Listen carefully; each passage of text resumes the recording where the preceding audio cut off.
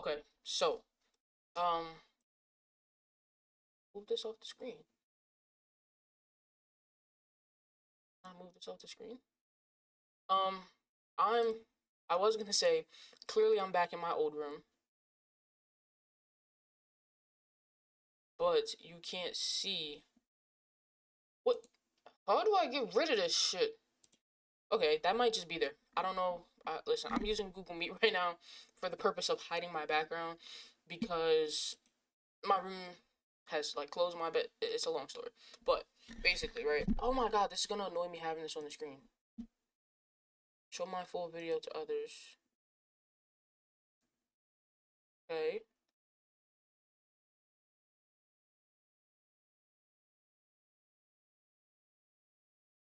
Okay.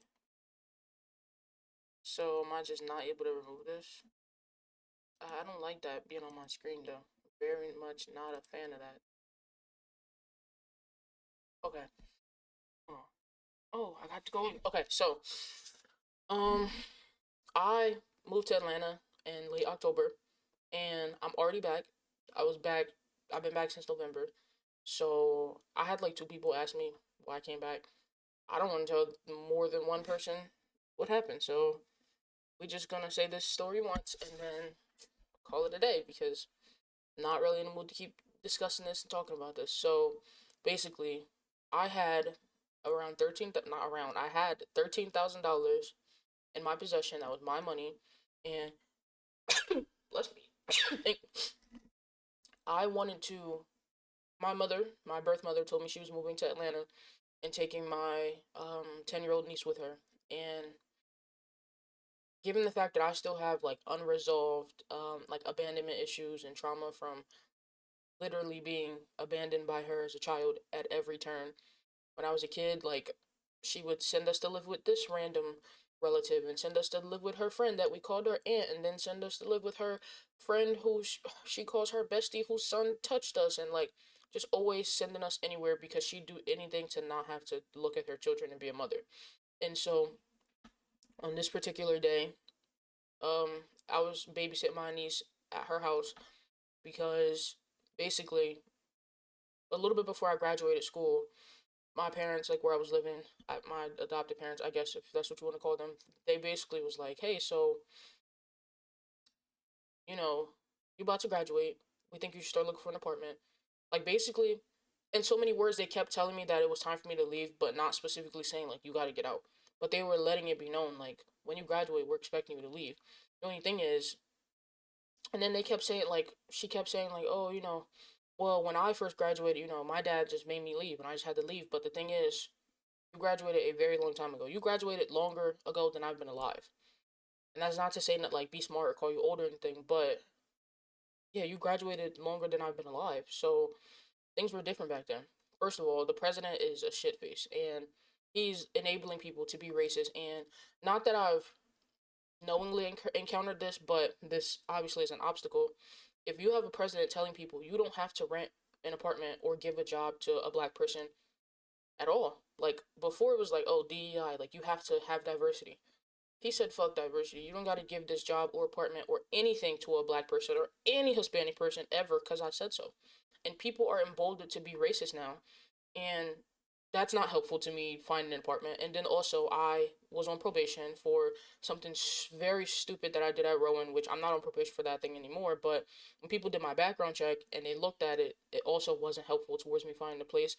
And I hadn't had the money in my bank account yet. It was pending the $13,000. So that also wasn't great because the one or two places that said, yeah, we'll take you was like, we need the money now, though. And I didn't have the money now. And then also, um, they want you to have a great credit score, and I just don't have that because every time you take out a student loan, whether it's one from the government or a private student loan, it brings down your um score by a significant amount. And when I was young, I was a troublemaker, and I would like buy stuff on credit and then never pay it off, or like get a loan from a bank and then never pay it off, and I was doing nutty shit because I didn't care about credit.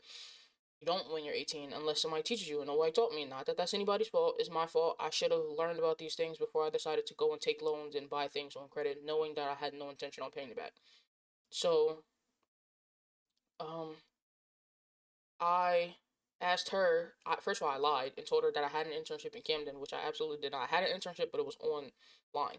But I told her it was in Camden so that I could stay at her house over the summer because I didn't think she would say yes otherwise. And they made it clear that they, wanted me to go and I had nowhere to go. It just was too soon. Like, literally, I hadn't even walked the stage yet, and y'all asking about when I'm leaving. And then, like, it just was a lot of pressure. It was very overwhelming. And I felt like if I didn't go stay with her, which I knew that was going to be a bad idea because my sister's there and all me and my sister do is argue. And then my niece is kind of a headache because she's going to be home all summer and she doesn't barely listen to me. And then me and my mom barely get along because, again, I'm still kind of traumatized from you abandoning me so many times. And then she lets my brother come over there and talk to me crazy and do whatever he wants, even though he's a deadbeat and a piece of shit. And it's like, I always end up being the bad guy or being the wrong one or whatever the case may be. And I knew that being there would turn out bad, but I didn't have any other choice because I was being pushed out of where I was.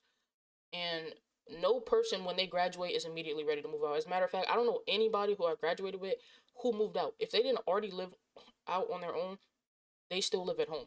It's unrealistic right now in the climate that we live in. Like, an apartment no apartment is less than $1,000, and then they want you to have first month's rent, a security deposit, and you gotta pay for utility stuff. Like, it's just very unrealistic for a person who just graduated to move out or to know where they're gonna go before they even graduated. Not to mention, I couldn't even get like a real job because every time I would get one, they would do a background check and be like, actually, we can't keep you. The most I could have is the job at school because they didn't have a background check.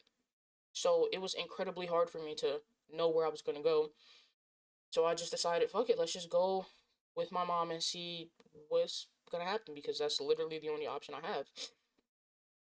And so over the summer while I was there, I was babysitting my niece because as much as she liked to say, having me there was whatever, like she didn't gain anything from it.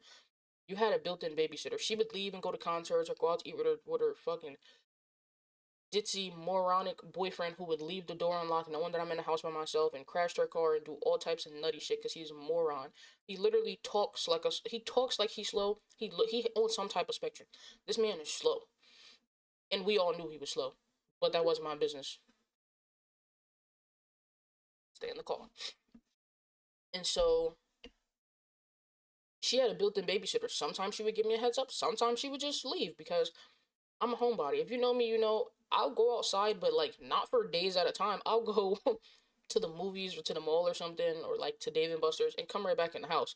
Go visit my aunt or something. Or the most I left my mom's house was to come to my brother's wedding, which not my birth brother, my adopted family. Their son got married, and I wasn't missing the wedding, so I left for a few days to go to the wedding, and then I left for a few days in July to go to the beach house with them, which was for like maybe 10 days, but other than that, I also like spent the night at my friend Zion house like twice, but other than that, I did not go anywhere. And so, like, yeah, like she knew I was a homebody, so the chances of me being in the house and being able to take care of Jenna were relatively high. So she would just leave without asking me, without saying that she was leaving, without saying that any of that, just bounce. And you know, Jenna, that's my dog for real. She basically my daughter. Like I do more for her than my brother and her mother combined. So it's never a problem as far as Jenna goes. Like that's my dog. I love Jenna to death. I would literally step in front of a bullet for that kid.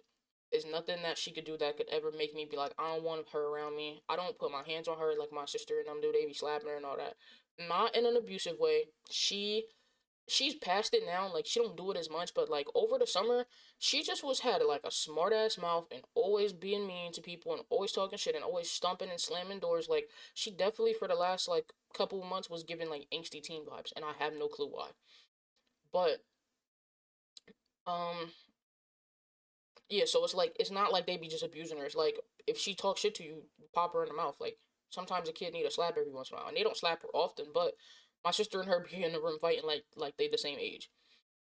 I don't like to hit her because I got hit a lot as a kid. Everything doesn't deserve for you to be hit.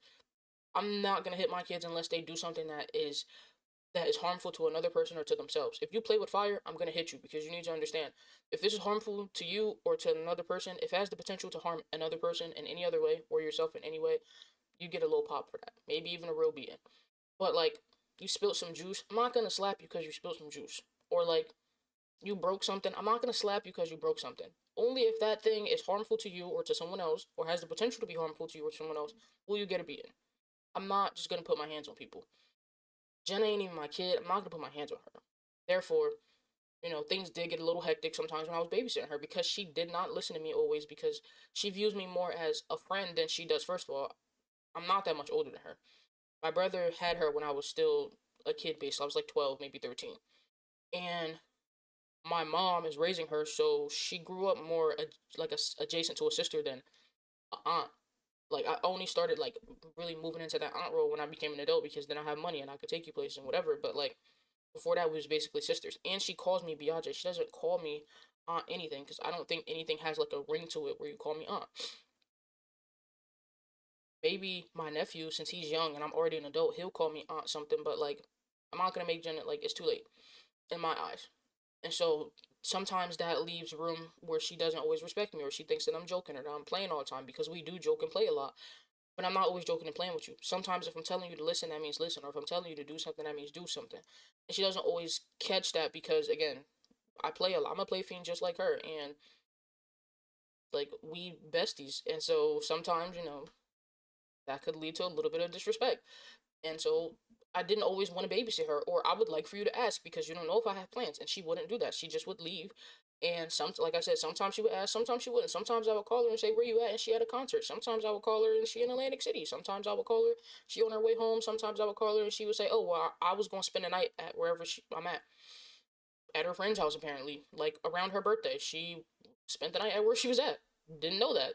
Didn't know you had a place to spend the night at. You don't even like spending the night places. So, like, she sleep with plastic on her own damn bed because she's that much of a germaphobe. She won't even sleep in hotels and shit, barely. You sleeping at somebody's house? So I was confused, obviously. But she took a trip to Atlanta in early August and told me while she was there, like, she didn't tell us she was moving before she left. But while she was there, she called me and said, "Hey, what if I say I'm moving to Atlanta? Like, don't tell nobody. I already got the house and I already got the keys." And basically, this was already set in motion. There was no turning back. There was no changing her mind. There was no us convincing her otherwise. She was going to leave and she was going to take Jenna with her. Now, my initial thing I was going to do was I was just going to stay in the house that she was in. She was going to make it so I could stay in her house in Camden and it would just be mine. And I had $13,000. I was just going to pay the bills off in advance to give me time to look for a job to keep up with everything. But she kept hounding me and saying, like, "Oh, please make sure that you keep up with it." Like, she kept making me nervous and just making it seem like she didn't trust that I could do it. And so to put her mind at ease, I just said, "Fine, I'll just get an apartment or something. I have the money, and you clearly," because things would still have been in her name, like the electric and stuff, and even the rent would have still been in her name. And she's like, "I never had an eviction," and okay, to put your mind at ease, how about I just don't stay here? I don't have to stay here. I don't need a 4-bedroom house or 3-bedroom house. I'll be fine. Like, it's okay. And then she goes and say, "Oh, well, since you about to get some money, can I have $3,000 for a tummy tuck?" Dog, you're about to be 45, or if you're not already 45. What are you tucking your tummy for? You are 3 kids in and 45 years old. Whatever man you sleep with, he's already seen you plenty of times. The boyfriend you had down here has already seen you plenty of times. What are you tucking your tummy for? Not to mention, I was the middle child, so you was already too far gone by the time you got to me. You had a son, he fucked you up, and then you had a daughter after that. So, like, what are we talking about right now? Like, not that we about to just make it like it's my fault, but then again, my sister barely fuck with you. She's very selfish, very standoffish. She don't really fuck with the family like that. She'll answer when she feel like it, talk to you when she feel like it, fuck with you when she needs something from you. And my brother can't even take care of his daughter. You're taking care of her, so it ain't like you get some money up out of him. So you found out I was getting this money, so she like, "Oh, can I have $3,000 for a tummy tuck?" Just to get her to stop asking, I'm like, "Yeah, sure." I was never giving her. I don't care if they gave me $100,000. I was never giving her $3,000 for no fucking tummy tuck. Let's get that on tape right now. But I did have a $2,700 check coming from Santander, and I had the $13,000 on top of that. So I was like, "Okay, I'll give you $1,000 out of my Santander check." But then I thought both checks were coming at the same time, and since they didn't, I needed the money from Santander right then and there. So I said, "When the big check gets here, I'll give you $1,000 out of it. You can use that for your tummy tuck or whatever." Um, a little bit later on down the line, she decided she was going to ask me to come with her to Atlanta for like a month and help her get set up and everything.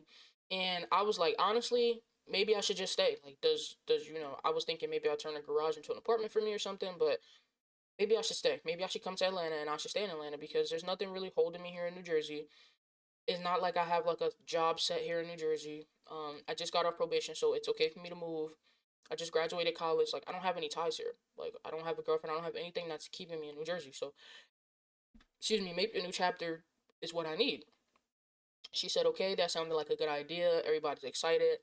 I bought all new furniture. I bought a brand new bed frame and a desk, and I bought this PC that I'm recording this on, and a monitor and a TV and some wall mounts and just a whole like everything for my room, dressers and everything. I bought brand new. Bought myself some clothes because I really didn't have any. I wore Anybody who knows me knows I would wear basketball shorts in the winter. So I wore basketball shorts and t-shirts every day. So I bought a couple clothes and bought some hoodies and bought myself like two pairs of sneakers or three pairs of sneakers and went to the NBA YoungBoy concert. And when the money first came here, the very first thing I did was give her $3,000 for the move. I said, this is for, it was for moving expenses. Actually, no, it was for, because over the summer, she would periodically tell me how much, every month she would tell me how much the electric was. So for the first month, and mind you, she kept trying to blame this on us, but I looked into it. Although me and my sister being there definitely made the electric be higher than it would have been, it was not triple the amount it usually is because me and my sister were there. Everybody's electric in New Jersey went up because they were building them data centers.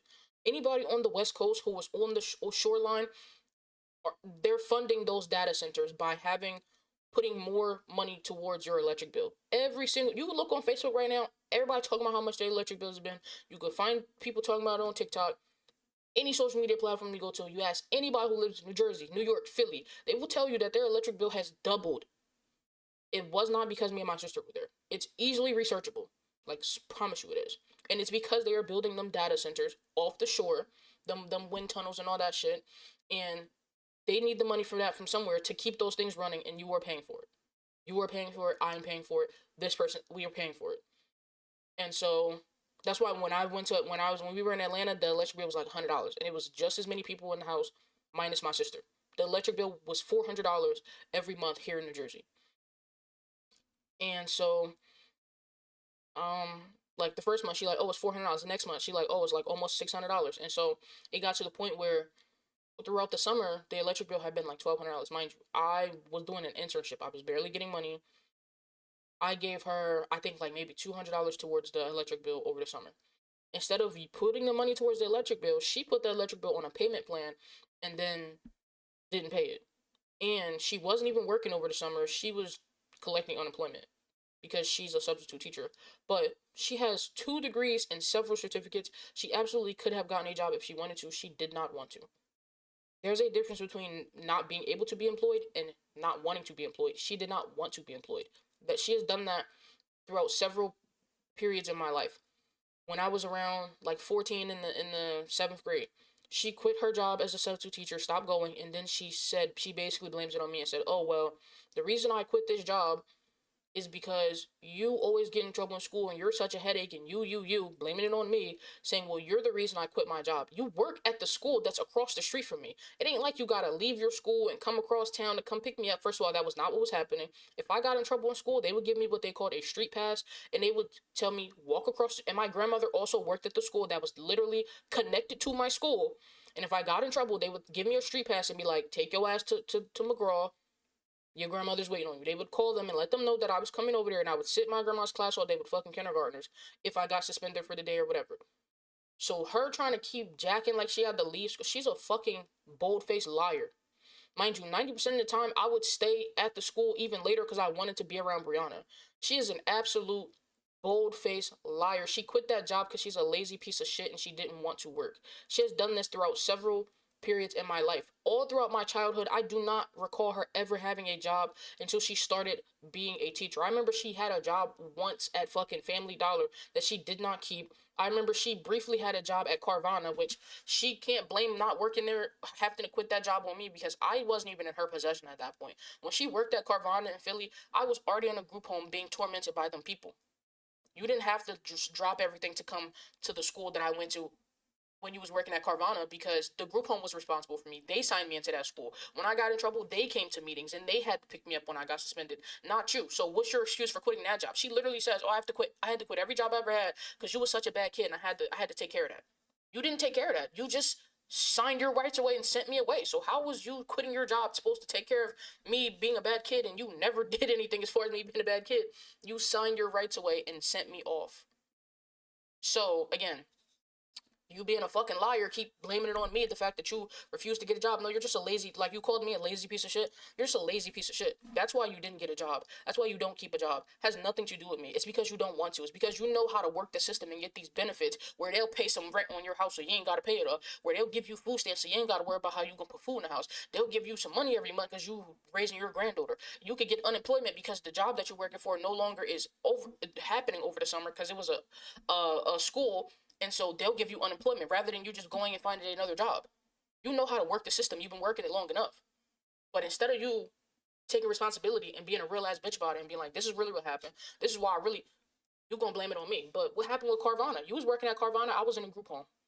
And they never called you to come up to my school. They always dealt with it. And then I would just get in trouble at the group home. And the punishment would be, you got to do more chores.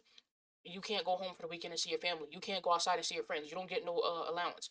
They never called you when I got in trouble in them group homes in school. Never.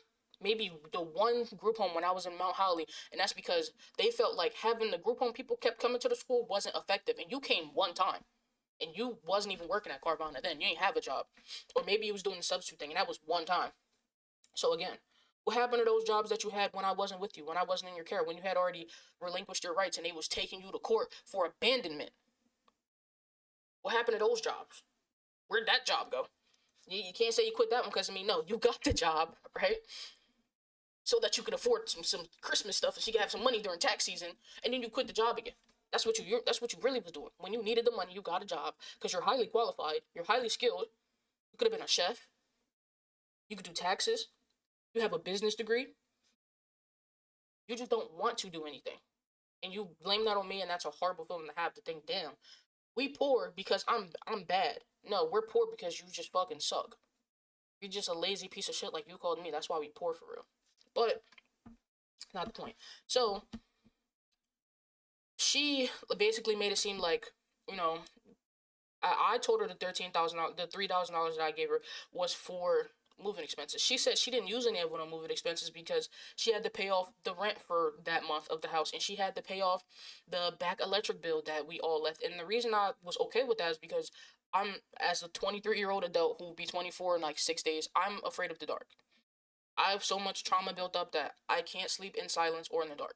And so I would have the light on until the sun came up. And I know that probably, it don't make the electric bill double or triple, but it definitely made the electric bill go a little bit higher than it needed to be. So I was okay with her using the money to pay off the electric bill and using the money to pay off the rent for that month. And whatever else she used it on, that was as far as the expenses that she had to cover while I was there. Now, she wasn't feeding me. She would cook, but I had food stamps and I gave her some of my food stamps every month. I gave her half of them. So it ain't like she was feeding me off the strength.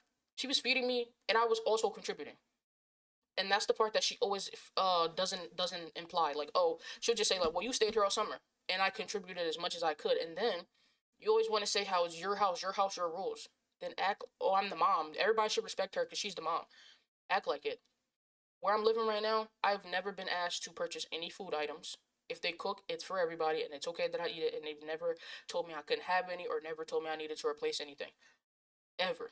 I've never been asked to contribute to the rent, the electric, or anything because this is their home and they are the parents and they take care of their responsibilities. They know what it means to be a parent and they know what it means to take care of their children. Why, as my mother, do I have to give you rent? Why, as my mother, do I have to pay the electric bill? Why, as my mother, do I have to give you money to put food in the house? When you are an able bodied person with 2 degrees and a shit ton of certificates and very, very, very, very, very qualified and very, very, very, very one of the smartest people I know, literally.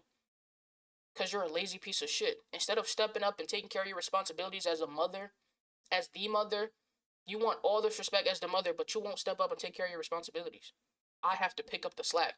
And then my sister, who's 21 years old, the girl as old as me, A grown adult, she could go buy alcohol from the store. She could run the streets with her fucking hood rat cousins and get pepper sprayed in the face and be with her boyfriend that cheated on her all the time, and get up every night at 2 o'clock in the morning and leave. She could do all that, but she can't give you a little bit of money towards the electric bill. When you ask her to do your hair, she gotta you gotta pay her. She stayed in your house all summer for the free ski. That girl should be doing your hair. She should be your personal stylist. That's what I mean when I say motherfuckers just gonna be ungrateful forever. Or money truly is the root of all the evil. I'm not even gonna hold you, because everybody is always just selfish and out for themselves. If they can't gain anything or get anything from it, they're not interested. And I don't know how I happened to slip past that, and like, especially my family, on both sides of my family, my mom's side and my dad's side, and somehow I slipped past that and I didn't inherit that gene, and I'm so lucky I didn't, because I am so generous. I would literally give somebody the shirt off my back right now. I told my parents that I wanted for Christmas to buy Christmas presents for another child because I didn't want any presents for Christmas. I told them I wanted to go do an angel tree for Christmas. That's what I wanted, to get presents for another kid. Don't buy me anything. I want to get presents for somebody else. I spent a shit ton of money buying presents for my niece this Christmas because my mom said she didn't have no money because she spent all her money on the move. When we got to Atlanta, I spent my last $100 to buy food stamps from my aunt so that my mom could buy food to feed not just me and her friends and my niece and my brother and her dad. I didn't have to do that. I could have been selfish and spent my money. I'm the least selfish person that I know, and that's saying something. Paid when I went to the NBA YoungBoy concert. I took my little cousin. I didn't have to do that. I took my friend Zion. Also didn't have to do that. I bought us shirts for the NBA YoungBoy concert. Didn't have to do that. I gave my mom $3,000 to pay off the back bills and rent, apparently. I didn't have to do that. None of the things that I do, I have to do. Even when I would do shit for my sister. We got in an argument when my mom was in Atlanta the time that she called me and told me she was moving to Atlanta. And my sister, I was basically like, the fact that you even could talk to me like this or muster up like the disrespect to treat me like this when all I ever do is shit for you.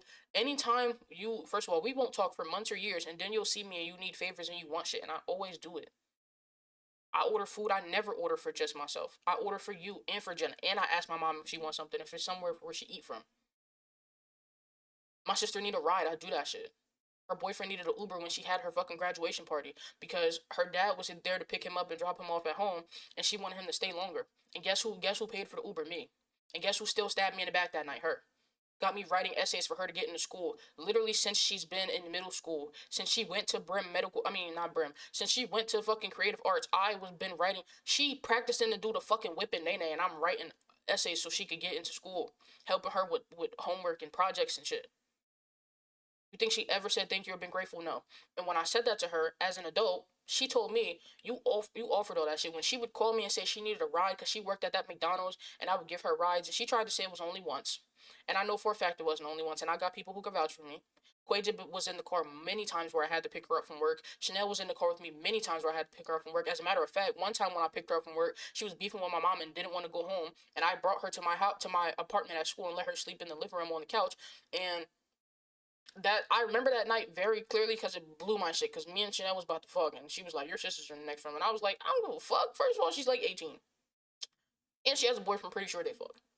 Also, you think I'm not about to crack because my sister's in the next room? Not my problem. She didn't want to go home. I'm doing her a favor. I will turn the TV on, and I'll turn the volume up, but I'm fucking you. What are you talking about right now? That's how I distinctly remember that. But and when she had a job at Chick-fil-A and I dropped her off there, or when she needed a ride to her dad's house in Sicklerville, which is all the way down the highway. Mind you, I didn't even live there. I lived all the way up here in Trenton. I would come from my house an hour away from Camden to go to Sicklerville, which is another 30, 40 minutes away, to take her to her dad's house. Never offered me no gas money, never gave me anything in return. Barely even said thank you. And then she had the nerve to say, "Oh, well, you offered that shit. I don't gotta be grateful for something you offering. I didn't offer to take you to work or pick you up. I didn't offer to let you stay at my house. I didn't offer to take you to Sicklerville. I didn't offer to buy you Chick-fil-A or to buy you Chipotle when you text me and asked me if I could and you never sent me the money. I didn't offer to take you to your job interview at KFC that you had near the mall. I didn't offer a lot of that shit. You needed me and I was your sister, and I know how bad things get at home with mommy, so I did them. So I said that to say I'm quite literally, even with my brother, the least selfish person I know. And then the nigga would have the nerve to call me and ask me for some money as if I didn't take your daughter to Dave and Buster's, or I didn't buy her something that was expensive, or I didn't help pay for her party, or I didn't give her $5 because she asked for it, or I didn't feed her every day this week, or I didn't put her in my car and run my gas out driving her back and forth to school for a month. They'll have the nerve to ask me for $10. Like, pussy, this $10 went to my gas tank or went to your daughter. You will never get anything out of me ever again now that you have children because it has to go to them. Nobody told you to have 5 fucking kids, piece of shit. But I say that to say I'm literally the least selfish person I know. Somehow it escaped me, and I'm glad that it did because I see how bad things turn out when money and stuff like that is involved. So I gave her the $3,000. She said she used it towards the other stuff. So then I end up giving her more money and paying for more stuff. I'm buying boxes and buying tape and buying moving stuff, and I got a car, and I gotta keep. She keep asking me, "Oh, can you drive here? Can you go here? Can you do this?" Never put no gas in my car. And the crazy thing is, she would have me. I was taking Jenna to school every day, picking her up from school every day. Maybe she would do it twice a week, but mostly it was me. And it's not like she was doing anything. She was upstairs in her room, laying down sleeping. And I gotta get up out of my bed at 7:40, 7:30 in the morning to make sure Jenna gets to school on time. And I'm doing it because I'm like, damn, I am staying here, and she not making me pay rent, even though I technically already paid the rent. Then she tells me that when we get to Atlanta, I gotta pay rent. Like, I gotta give her $500 towards the rent every month. Fine. She never said utilities or nothing. She just said $500 towards the rent. And I said, fine, fuck it. I'm an adult. I get it. Like I said, I'm running my gas out, taking Jenna to school, and she'll say, oh, well, can you drop Jenna off at Medea house? Can you bring me some rice from the Chinese store? Can you do this? Can you do that? Just keep asking me for stuff, ask me for stuff, ask me for stuff. She never gave me the money. I would just buy her stuff off strength and do stuff for her strength and give her stuff off strength and buy Carrabba's with, which was $50, and she never gave me the money back. And take Jenna here, and pay for Jenna food and do this and do that. Never gave me none of the money back. Never gave me no gas money. Never even said thank you. And then her girlfriend, whatever she is, her friend, I don't care. I don't know who she is to her, kept parking. There's the way the street is set up, there are very few parking spots. Now there's a parking spot that's in between our house and in between the neighbor's house that's perfectly fit for my car. It's the only parking spot where I would not have to get up to move my car so that my mom can get out of her parking spot. But her friend keeps, this dyke ass bitch keep parking in the parking spot. Why would you park in the parking spot that's meant for the person who lives here instead of, if she parks behind my, or so this is it, right? This is my mom's car in the driveway. This is a parking spot that's behind my mom's car in the driveway. And then this is where I will park. This parking spot, you don't have to move your car because you're not blocking anyone's driveway in. If I park anywhere else on the street, I would be blocking someone's driveway in. And if I park behind my mom's car, when my mom has to leave inevitably, I would have to get up out of my bed and move my car so that she can move her car. And then I would have to move it again when she comes home so that she can put it back in the driveway.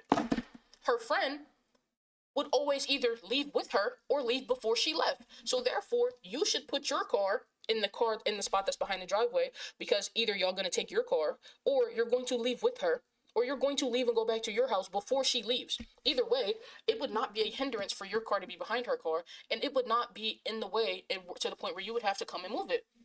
It would work out. But she kept parking in the spot that would be meant for the person who wouldn't have to move. So I have to keep getting out of my bed to move, or right, I have to keep parking around the block and around the corner and in the alleyway. And then you think I'm finna get up and take Jenna to school at 8 o'clock in the morning and it's cold as fuck out here? Think I'm finna walk to the next block to take Jenna to school? Fuck no, fuck you. Because I asked you to ask her to stop parking in my spot, because then you're making it hard for me in the morning when I gotta go take Jenna to school. Because now I gotta walk around the block to warm my car up, and then I gotta spin the block so I don't have to have Jenna walking around the block. Then the school bus parked in the middle of the street and I can't even get by. All because, and then by the time I get up to take Jenna to school in the morning, guess what? The friend's car is gone. She spent the night often, but by the time I got to go take Jenna to school, the friend's car was gone. So if you would have did what I asked you to do and asked her to not park in that spot, guess what? We wouldn't have this problem. So anytime her friend parked in that spot, I'm not taking Jenna to school, because you can't do something very simple as to tell her that that is my spot. So fine. She can have the spot, and you're going to get up at 7 o'clock in the morning and take Jenna to school. And even to the point that we left, she refused to tell her to park. And the thing is, she could hear us talking. We in the kitchen. I'm like, I thought you was going to ask the killer to not park in my spot. She like, oh, I didn't even know she was still here. I thought she left.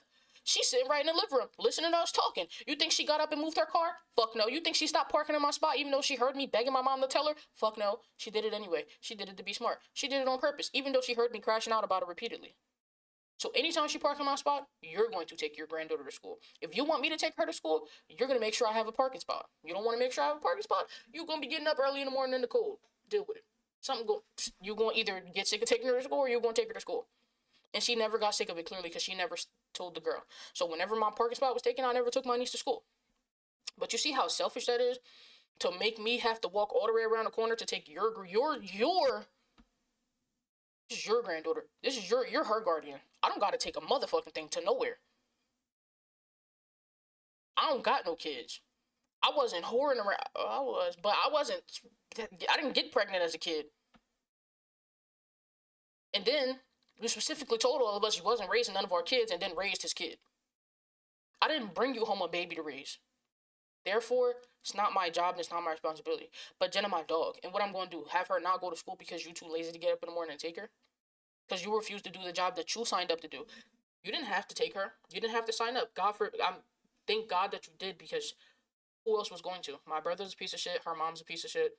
Who else was going to? But you did not have to. And so since you willingly signed up to take this job, this is your job. And I'm trying to help you, and you won't even have the decency to tell her to stop parking in my spot. So, like I said, I'm steady paying for shit, steady taking Jenna to school. She not offering me no gas money. She not saying thank you, nothing. Like, just running my gas out, running my gas out, running my gas out. So, um, she is getting time to the point where we about to leave, right? She wants to have a party the Saturday before we leave so that Jenna could have it double as her birthday party, and my mom was gonna cook all the food that was in the fridge so none of it went bad, because we obviously can't take it 12 hours away with us. And my mom wanted to have a party so she could show off, because that's what she does. She'll get on Facebook and post a picture of us like a big happy family and say, like, I'm such a great mom, or post a caption and be like, oh, look at Jenna for her birthday, as if she's the one who had to take her trick or treat. And no, she sat in her fucking bed and watched Tubi movies. I had to get in my car and run out the little bit of gas I had to take Jenna trick or treat for her birthday, so that she could say that she did something on her birthday, because she didn't even want to leave. She didn't even want to move to Atlanta. She don't have no choice. She'll post my graduation and say, this is one of the happiest days of my life, as if she did anything to help me get there. When I was graduating, when high school, and I needed her to sign my FAFSA so that I could get some money to go to school, you know what she said? She said, fuck me. She said, when I was a kid and I wanted to go to college, my parents didn't sign my FAFSA. They made me wait until I was 24 until I could sign my own loans.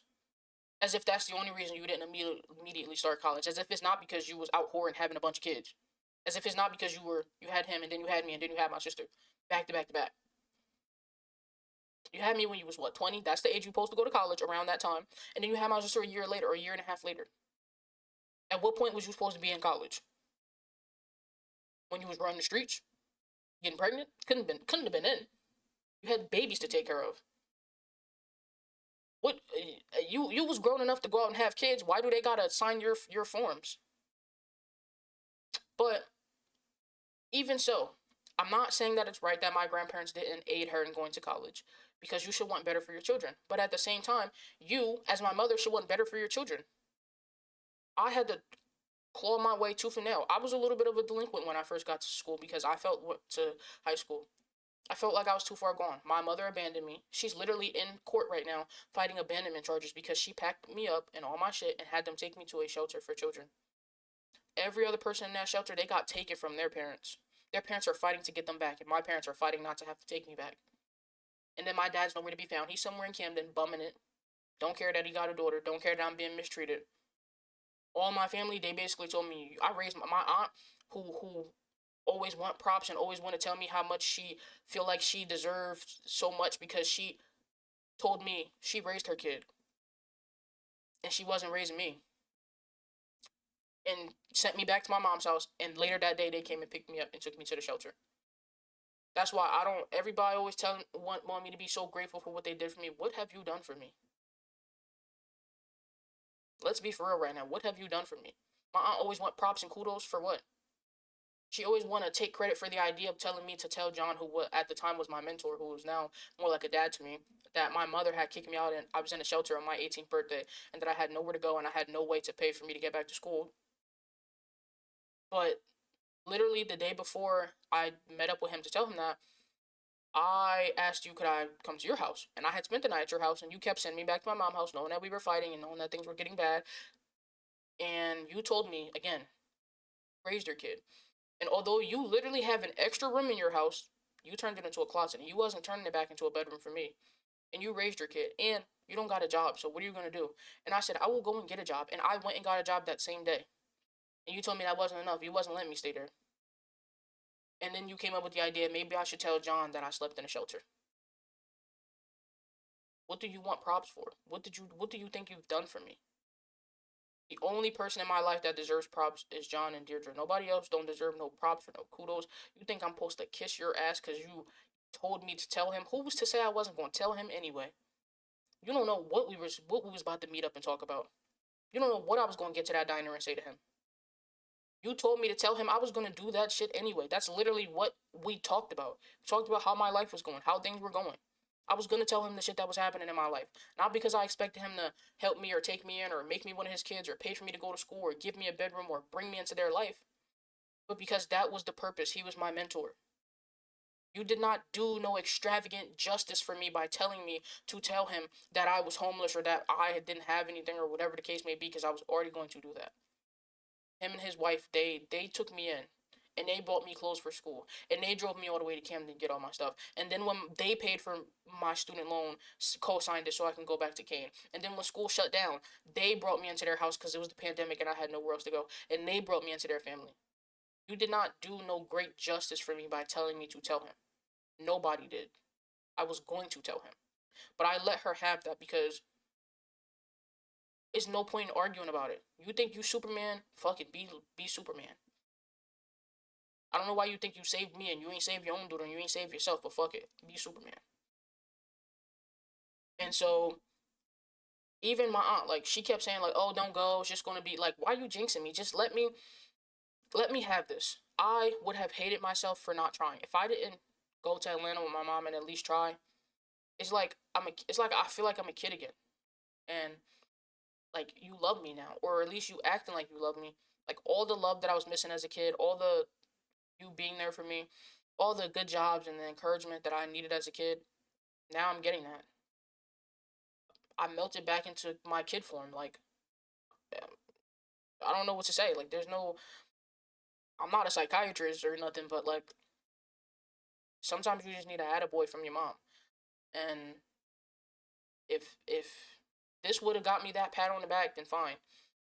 Sometimes I needed to feel like, that I had a chance to have a family, a real family, a family I was related to. Because don't get me wrong, being here with the Virgies is amazing. I love them to death. I would do anything for them. I appreciate everything they've done for me. But I'm always gonna have the caveat that I'm not their family. That I don't. They'll tell stories from when they were kids. I don't know those stories. They go see family. I've never met their family before. I don't know these. Like, I met their family before, but like, sometimes they see people that I don't know. Like, right now, they're driving to go see her sister be inducted into the Hall of Fame for sports. I wasn't invited because I'm not related to her sister, because I'm not truly their family. Her mother passed away.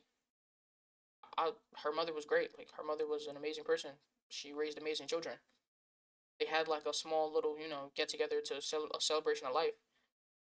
I wasn't invited because I'm not one of her grandkids, because I'm not truly a part of this family. Every single day, there's a reminder that I'm not truly a part of this family. Not even just like based off of what I look like, oh, I'm black and they're white. Clearly. I'm not even officially adopted. When I asked them to, they said no. And I cried my eyes out for days about that, because I thought, like, damn, maybe it's because, like, money reasons. Like, if they officially adopt me, then I'll be tied to, like, them. And if something happens to one of them, God forbid, knock on wood, then there would be complications because technically they adopted me, so technically I'm one of their kids. Or they just don't want me tied to their name. Like, they want to be able to cut ties and not have to feel no type of way about it. I truly don't know why they said no, but they said no. I still think about that shit to this day. Like, damn, even though they're telling me that they love to have me here and they sometimes refer to me as their daughter, they truly didn't want me either, because you can adopt adults into your family. They didn't want to. Even where I'm standing right now, where I'm sitting, I'm not truly wanted here. When I told them about the situation that was happening in Atlanta, she was like, "You can come until Thanksgiving, but then you're gonna have to find somewhere else to go." Thanksgiving was a week away at that point. I wasn't gonna be able to find nowhere to go in a week, so I decided I wasn't gonna come at all. Like I said, before I had even walked the stage, they were sitting me down, having talks about me leaving and saying I needed to go. And I can't be mad at that. This is their home, and they've opened their home and their hearts to me more than I could have ever asked for or anticipated. But at the end of the day, I'm not truly wanted here. And I'm not wanted by my parents because even my dad, like, all my life, he just didn't. There's nothing stopping you. There's no barrier. There's nothing. You'd rather be in the streets and just ignore me and ignore that I exist. And my mom, nobody forced you to send me away. You sent me away, and they begged you to come and get me. They told you, okay, she finished treatment, she finished therapy. It's okay to come and get her now. Like, I don't know, you feel like she's a danger, but she's pretty calm. She's pretty docile. We gave her the medicine. She's fine. She did the therapy. Like, I figure it's okay for her to come home now and just maybe just send her to therapy or something. She never did. She told them, nah, send her to the next place and send her to the next place. So to just know that you don't ever have a place anywhere, and that at any moment somebody could pull the rug out from under you and you'll be all alone again, and to know that there's no place for you to call home, even your own home, even with your own family. There's no sense of structure. You will always be alone. You will always have to wake up the next day thinking, damn, is today the day they're gonna want me to leave? You gotta walk on eggshells, and you can't even tell people when they upset you. Like the other day, we were watching a movie, and she paused it. No, she walked away, and the movie went on for like 10 minutes. And when she came back, she wanted to rewind the whole movie. Now they do that often, and it irritates me. And so I calmly was like, next time you walk away, could you just pause it so that you don't have to come back and we don't have to keep watching the same 10 minutes of movie? And I guess, she got irritated that I said that, so she's like, well, I don't know what to tell you because I'm making fucking chocolate chip cookies. But that hurt my feelings because I speak to all y'all respectfully. I don't curse at you. I don't even barely curse in the same sentence when I'm talking to you out of respect. I'm very respectful when I speak to y'all, or at least I try to be. And I didn't think that what I said was disrespectful or that, it warranted being cursed at. But I'm already a guest. I'm already a visitor. You already don't want me to be here. So I just had to suck it up and bite my tongue and have my feelings hurt and be in my room. And I just stayed in my room for the next couple days because I can't say that you hurt my feelings. I can't say that I'm upset. This is your house. You can do what you want. You can say what you want. The fuck am I supposed to do? Nothing. And that's just a horrible weight to have on you to know that, like, damn, no matter where you go, they don't want you there. No matter who it is, they don't want you. They, like, they tolerate you. You are tolerated. You are not loved. You are not wanted. You are not accepted. You are tolerated. Because they are such good people, they let you come back because you had nowhere else to go. Because they are such good people, they let me come here when school closed down from the pandemic. Because they are such good people, when they found out that my mom put me out and I was sleeping in a shelter, they let me come here. I'm not here out of admiration or like I didn't win an award or like it's a ticking time bomb and it's gonna explode at any moment.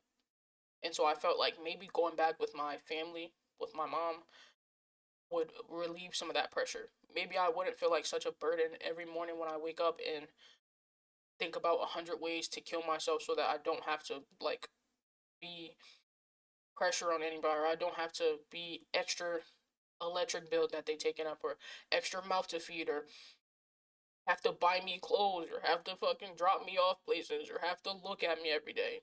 Like that is the worst feeling you could possibly feel in the entire world to have to think like, damn, there's not literally a single person in my life that would not be better off if I didn't have a life. And so I thought maybe if I go to Atlanta with my mom, we could start over as a family and I could make a new life and we could try to be a family this time because I'm grown up now. I'm not gonna be a troublemaker. I'm not gonna make problems for you. I'm gonna help. I'm gonna pay rent. And I can watch Jenna. I got a car. I can run errands. And I tried to offer her so much so that she would be okay with me staying there. Because I don't want to keep feeling like a burden. Or like people look at me with disdain because she in my house and like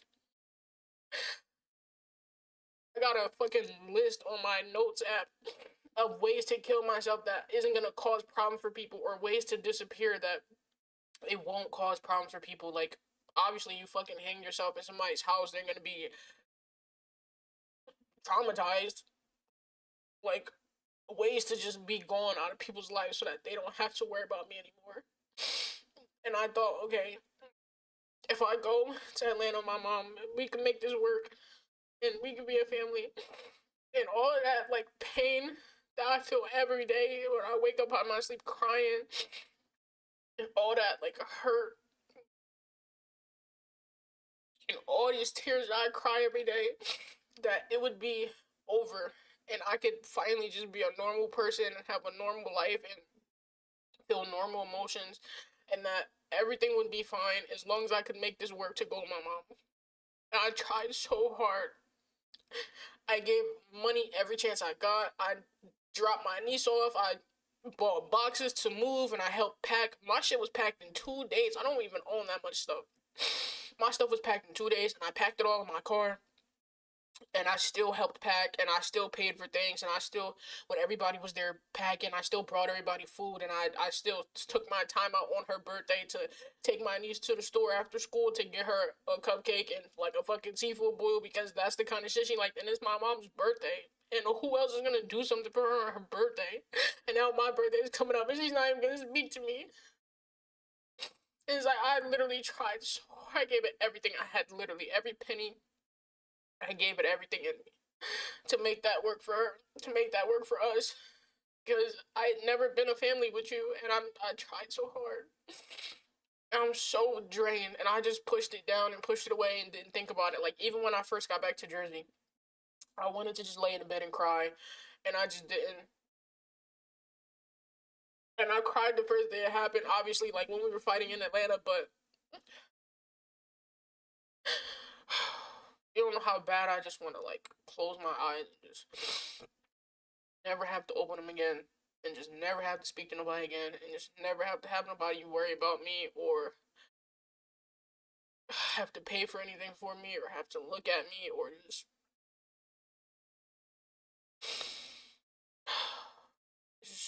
it's just nothing but darkness inside. And my mom exploited that.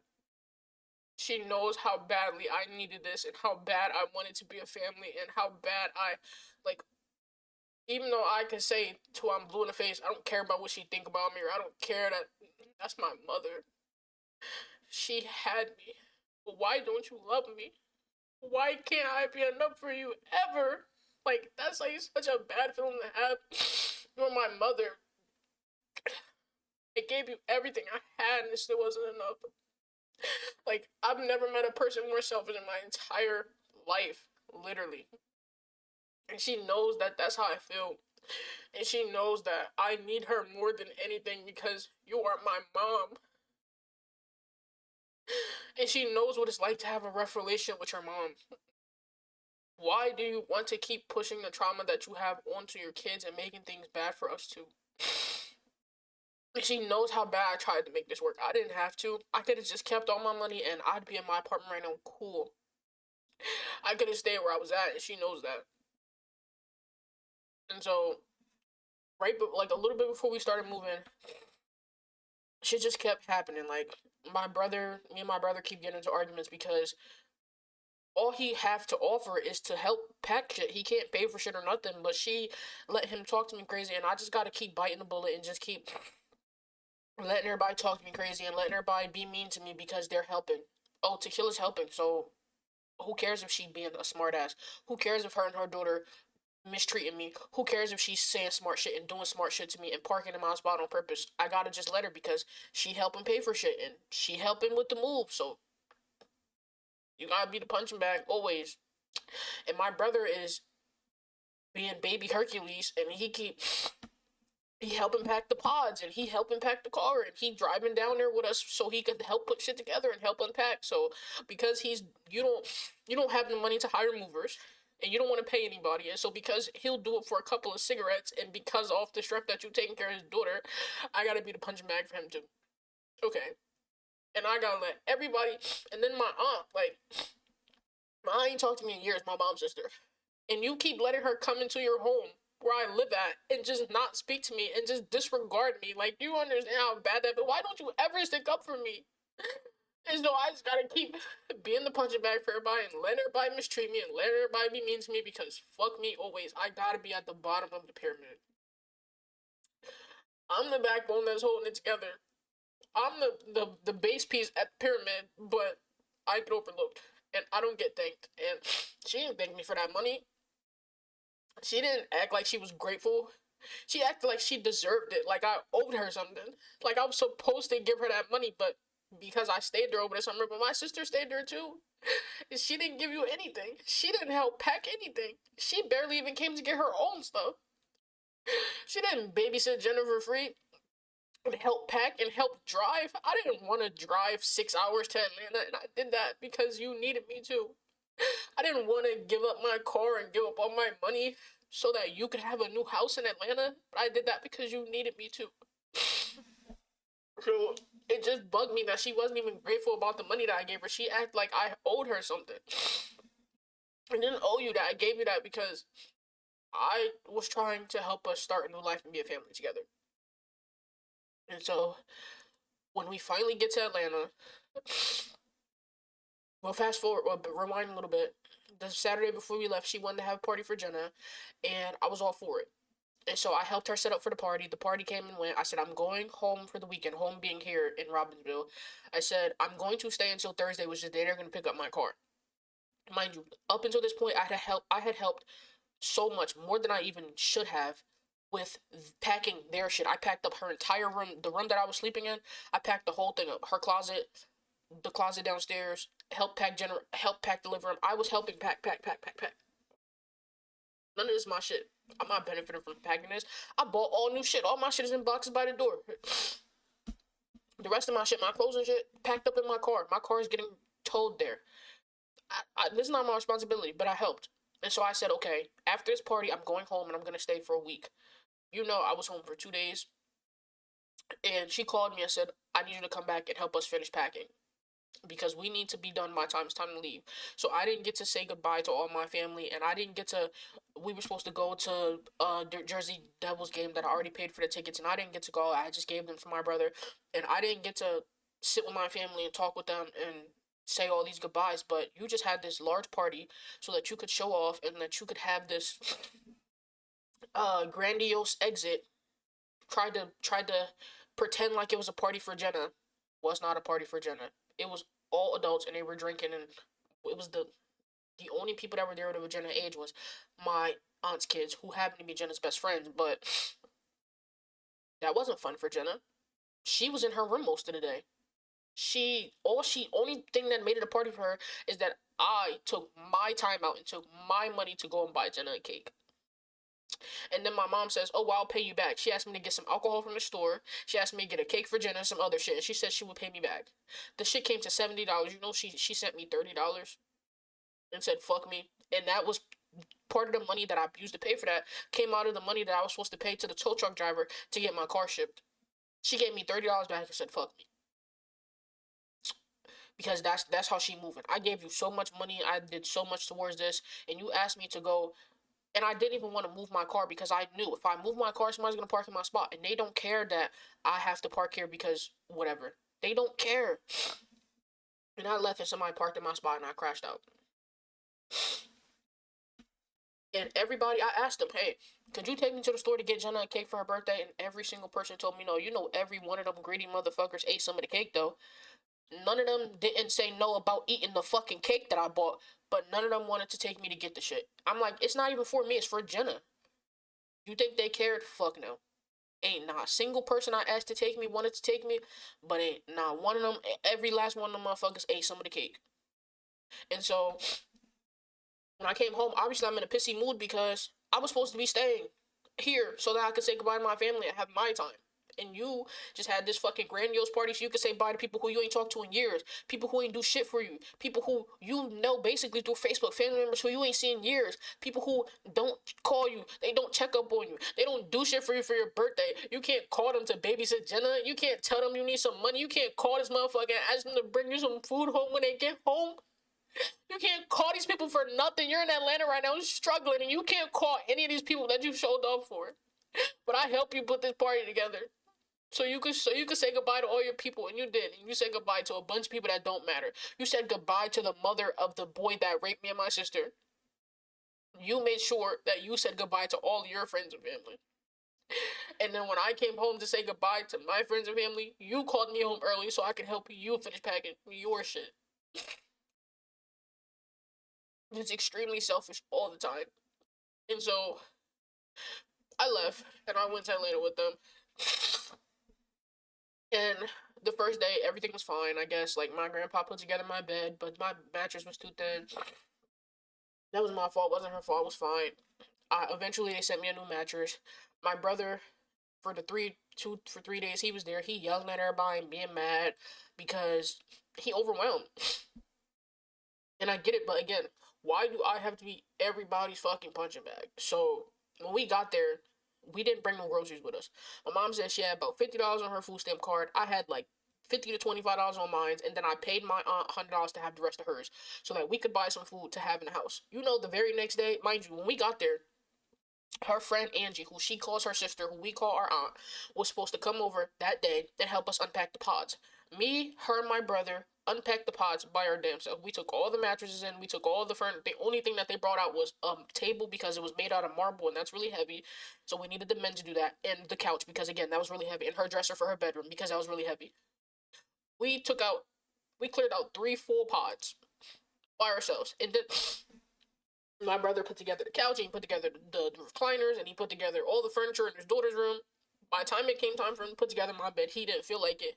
But luckily, my grandpa finally showed up. So him and my grandpa put together my bed myself, and I appreciated that. And my grandfather mounted my TV. I appreciated that.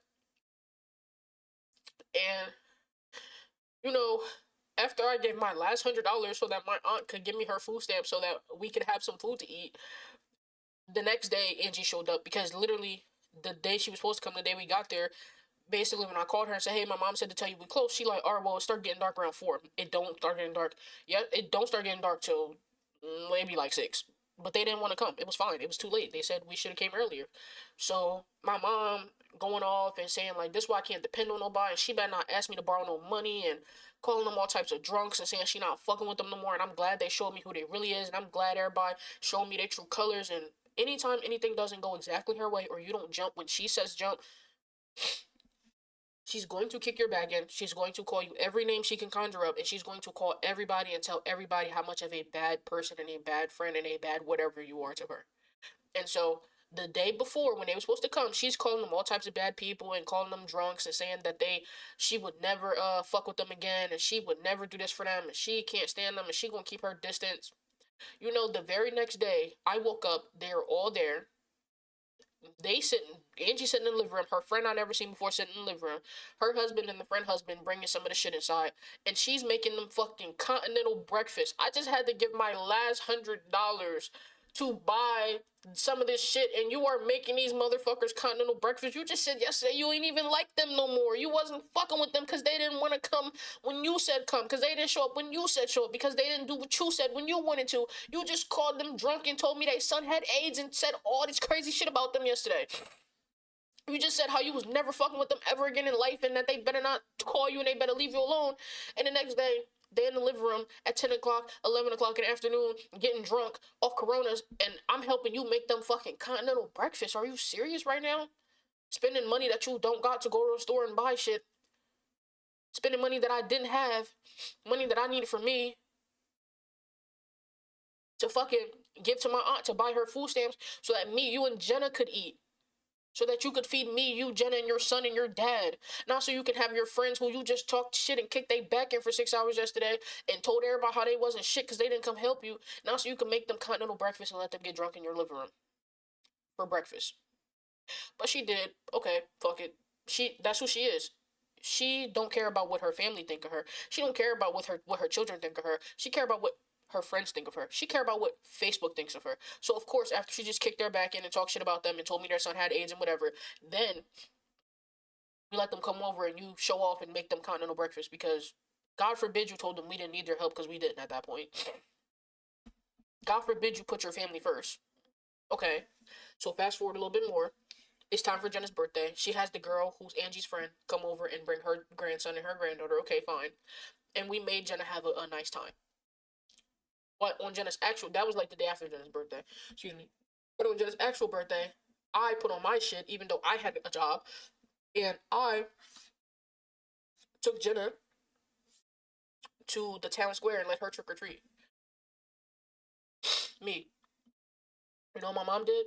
Sat in the house. But it's her birthday. And she didn't want to move here. And she's sad and she missed her friends and she missed her family and she missed her cousins who are basically her best friends.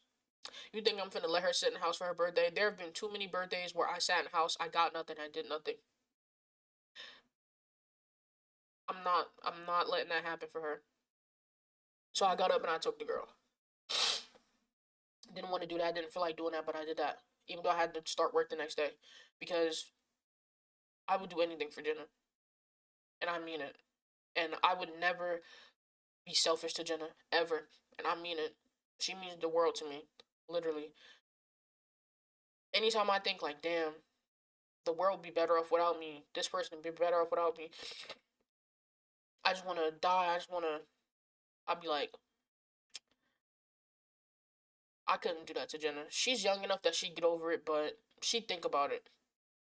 She's old enough that she'd remember. I I ain't gonna do that to Jenna. And that's sad that like that's my only reason to live. Like, damn. What about Jenna? But that's where I'm at with it right now. What about Jenna? That's what I got. That's what I got left in life. What about Jenna? And so I was gonna make sure Jenna did something for her birthday. You threw her a half-ass party. We didn't really have no money like that, so you threw her a half-ass party and invited some kids she ain't never seen before. But I made sure she went trick or treating.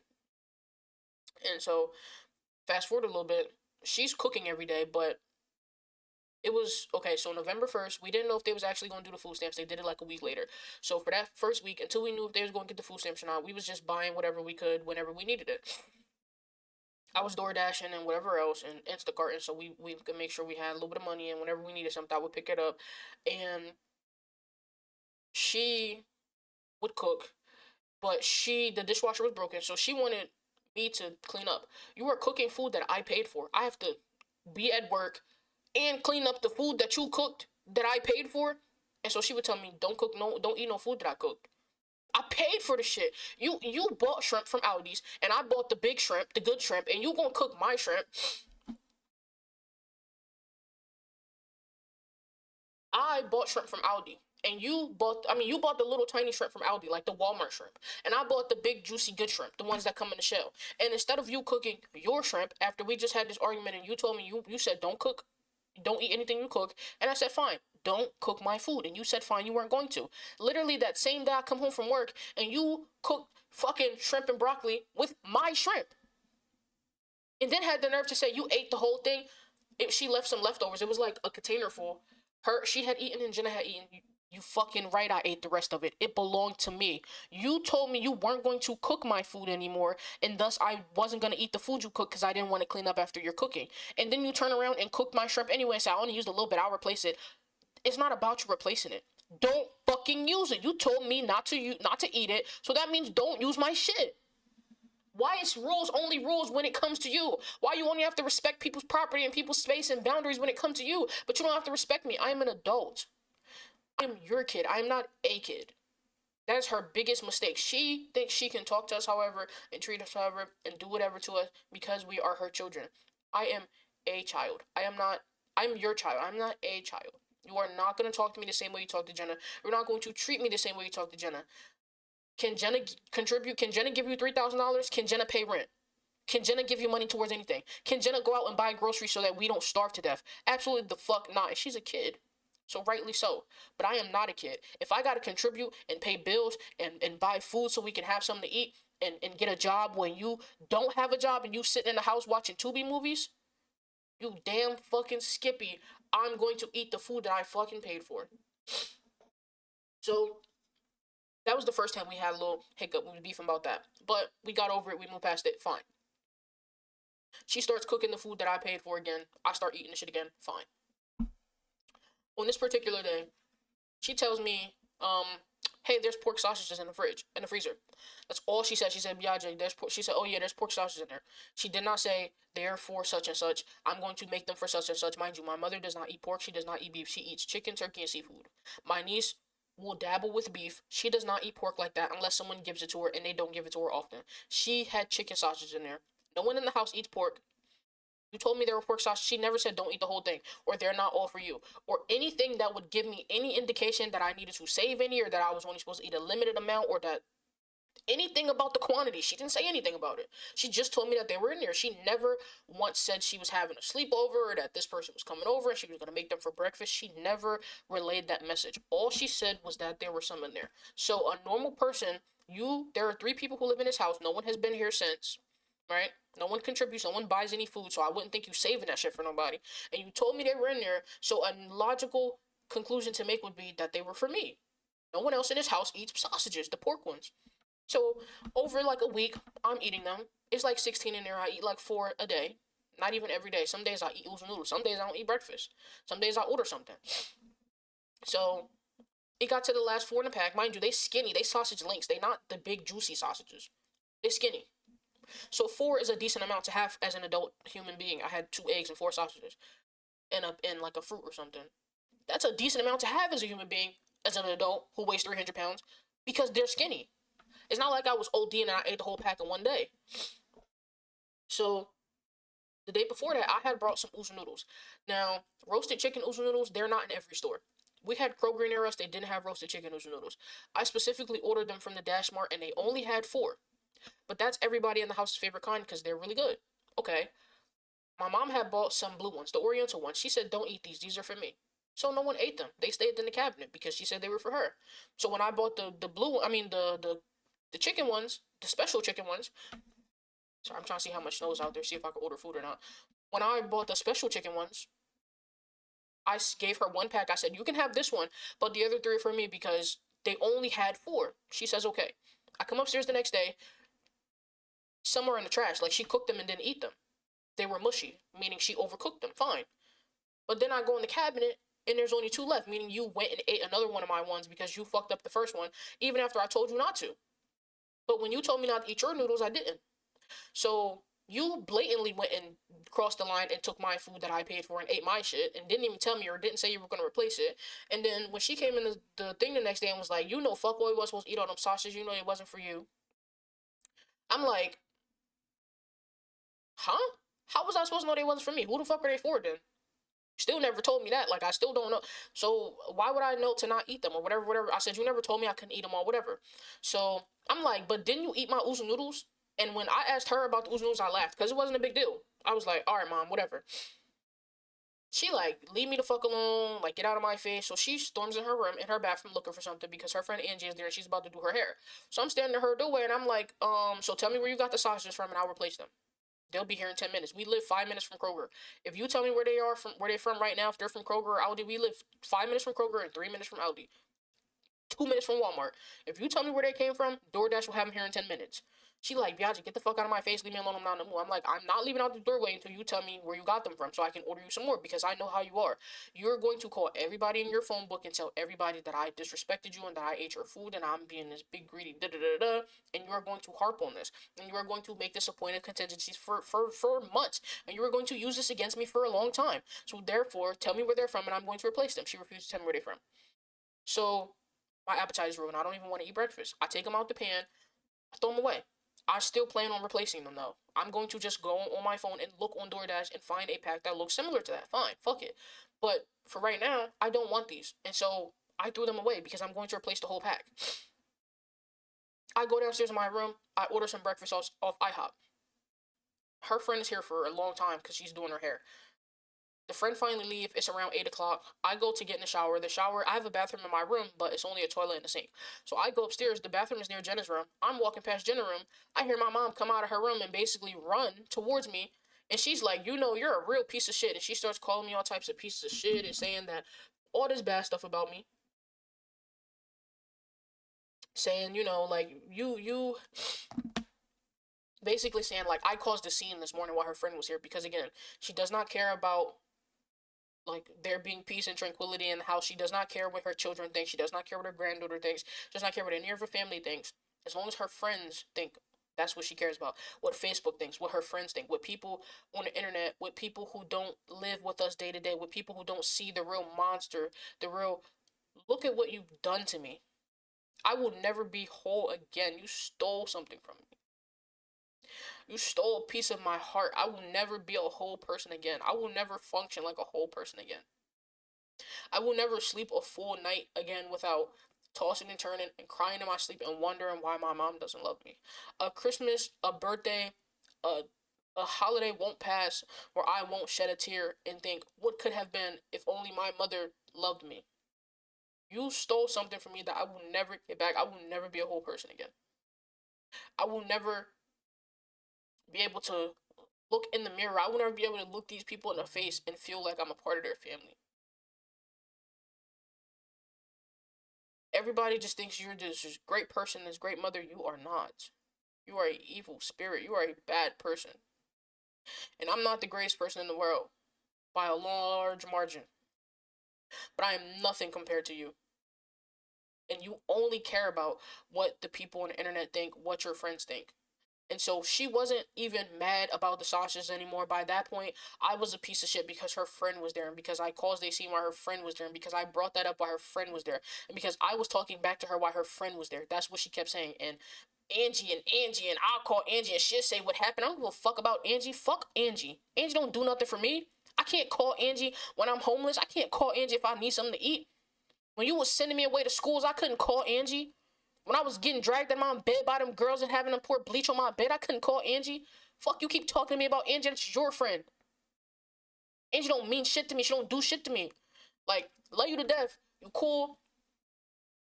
I don't got nothing against you. But fuck Angie. In this conversation right now, Angie don't matter. She's a non-factor because I would have turned up whether Angie was here or not. Because you are disrespecting me and I am not a child. And you starting arguments over pork sausages and you don't even fucking eat pork. And you didn't properly relay the message that they were not for me. You told me that there are some here. You did not say that they weren't for me. You didn't properly communicate because you don't know how to communicate. And then you're blaming it on me when you could have just communicated and told me where they were from, and I would have bought you some more and they would have been here before you even needed them. But you didn't do that. And then you had the nerve to confront me and keep telling me how I embarrassed you because Angie was here. And how I'm such a piece of shit because I said something while Angie was here. Fuck you and Angie and them sausages. For real, for real. And then you keep talking about Angie, like you her bestie, like y'all good old friends. You the same motherfucker was telling people that her son got AIDS and that he had the shit for 7 years.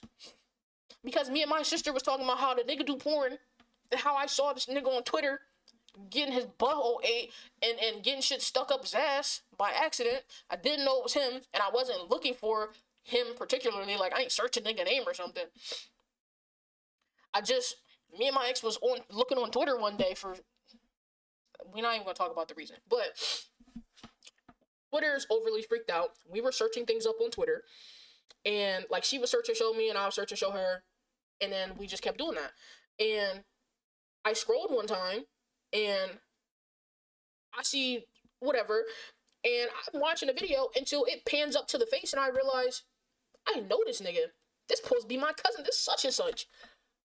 This nigga here getting his ass ate. This nigga here taking back shots and sucking wee wee. Like, it panned up to the face because he started sucking dick, and I seen that it was him. I'm like, whoa, pause. Skip the video, next video.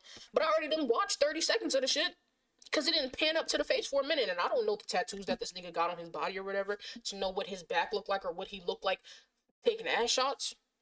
But when my sister was telling me like something about him being gay and whatever from the last time she went down there, I was like, I already knew he was gay before anybody even told me, because when we was kids he was very flamboyant, but I accidentally saw the nigga on Twitter taking it up the ass. And so then my mom heard us talking and was like, oh yeah, you know, he got AIDS. But I'm not surprised by that because Atlanta is AIDS central. Atlanta is known for AIDS. Atlanta is known for DL, gay people, and AIDS. Like, literally, I got an AIDS testing kit when I went down there. And I was like, if I ever encounter somebody and whatever whoop whoop de woo, I'm immediately going to test myself for AIDS after because I'm not even gonna play like that. It's that serious with AIDS down there. Like it's twice or so either 2 to 3 times the national average of AIDS just in Atlanta than compared to the rest of the United States. So I'm not like surprised, and that didn't make me look at him any different. And when he came over, I still was talking to the nigga, still smoked with the nigga. Like I don't have nothing against you, but you supposed to be her bestie, and you so concerned with what Angie think, but you running around telling everybody that her son got AIDS. Are you cool? I always tell anybody, if you tell my mom anything, best believe everybody's gonna know. If you don't want nobody to know, don't tell Brittany because everybody's gonna know. Promise you that.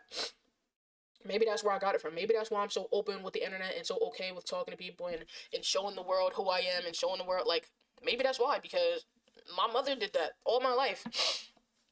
You tell her anything, everybody gonna know. I guess that's why my sister thought she was pulling my card when we was arguing. She was like, "Oh, that's why your girlfriend cheating on you." What girlfriend? She was talking about Chanel. Me and Chanel ain't dated since 2019. Just because we were still meeting up and whatever, I love the girl to death. Because every time I look at her, I don't see, I see the girlfriend that I lost, not who she became. So, yes, we still talk to each other. And sometimes we have moments of weaknesses. And that's why I was telling her, like, if we're gonna ever, like, meet up again and see each other, whatever, we miss each other, we're not doing what we usually do. We're not getting hotel rooms and Airbnbs or coming to each other's house. We're gonna meet up in a public place. Let's go to Chili's or something. Because we gonna meet up and go to an Airbnb or something. We're gonna fuck, and there's no need for us to be doing that. We're gonna have a moment of weakness, and then we're gonna be looking in each other's eyes, talking about I love you and whatever. There's no need for all that. Love you to death. Will always love you. This is never gonna work, and that's fine. I literally have not been in a relationship with that girl since 2019. We've been like on and off seeing each other, but in a relationship, absolutely not.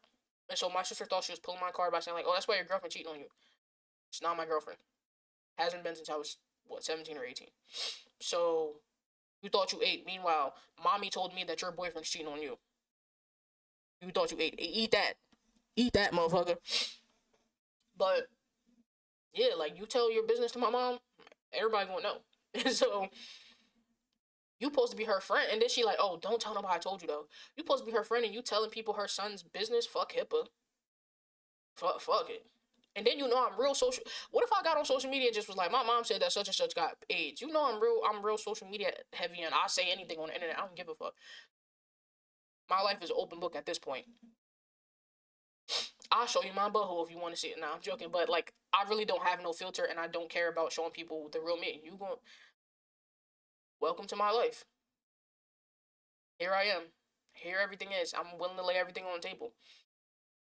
So what if I went and told somebody? You know I can't shut up either. So why would you tell me that? And so yeah, her main thing was like, oh, you embarrassed me in front of Angie. Again, fuck Angie. Nothing against Angie.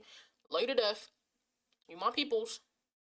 But fuck Angie. What do Angie got to do with anything we talking about right now? Nothing. Because we ain't arguing about Angie. We're arguing about the sausages. But you keep trying to make everything be my fault. So she's like, oh, well, it really started because you said something to me about the noodles. I said something to you about the noodles after you said something to me about the fucking sausages. But she'll say it's the other way around. That's fine because semantics. Either way, even if I approached you about the noodles first, you had no right to be mad about me.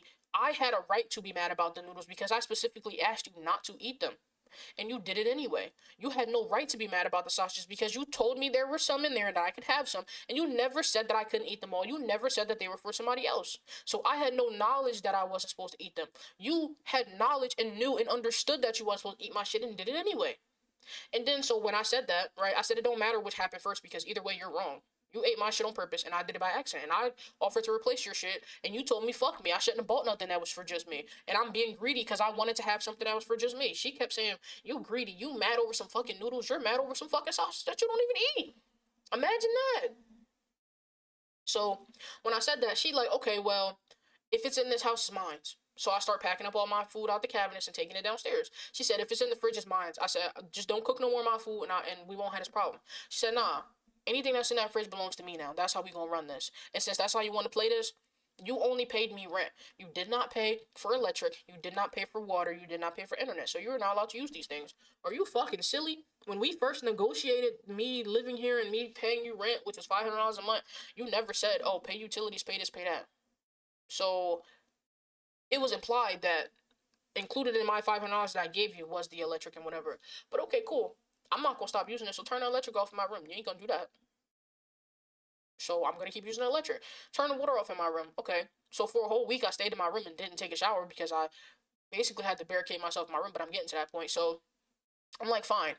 If all my food that's in this house belongs to you, if it stays where it's at, I'll take it. And I'd rather throw it away than you have it.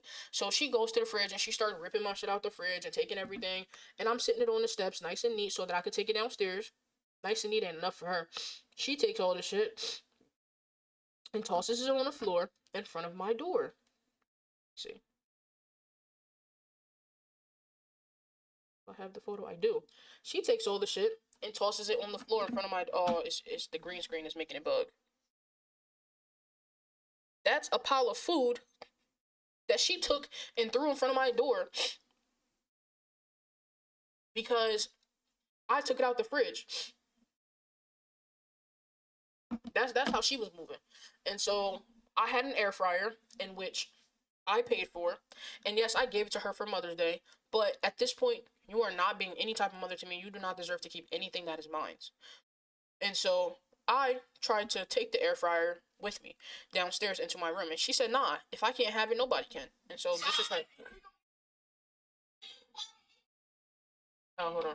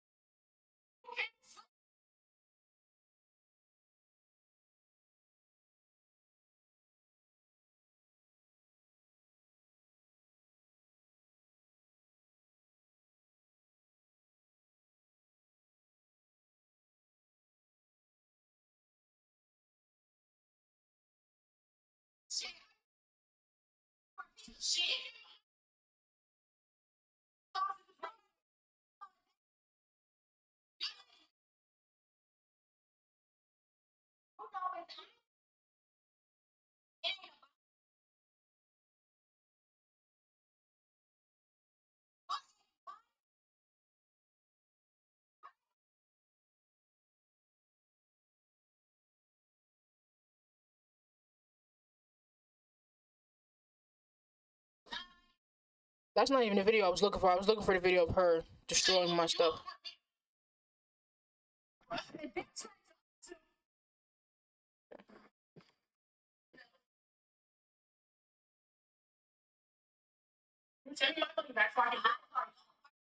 I kept asking her to send me my rent money back because I had given her $500 for November and $500 for December, and I paid my phone bill, and I wanted all that money back. She told me she was gonna cut my phone off, so give me my phone money back and give me my rent money back if you want me to leave.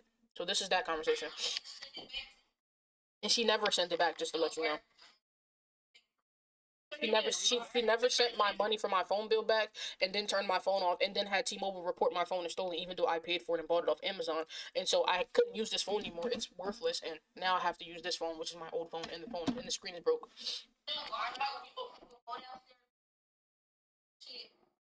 Okay, as soon as you send my money back. She said, I know you petty, so you gonna take every little thing out of here you paid for. Why would I leave it? You are actively kicking me out and telling me you're going to keep all the money that I gave you to stay here. You think on top of that, I'm going to let you keep my air fryer and keep all my food? Fuck you.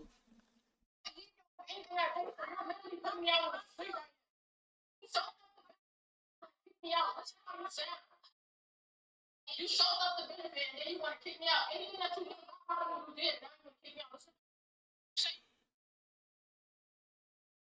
I mean, you won't leave me alone. Okay, can you leave me alone now? Okay, leave me alone now. Like, I'm begging her to leave me alone. She said, no, I'm not going to leave you alone.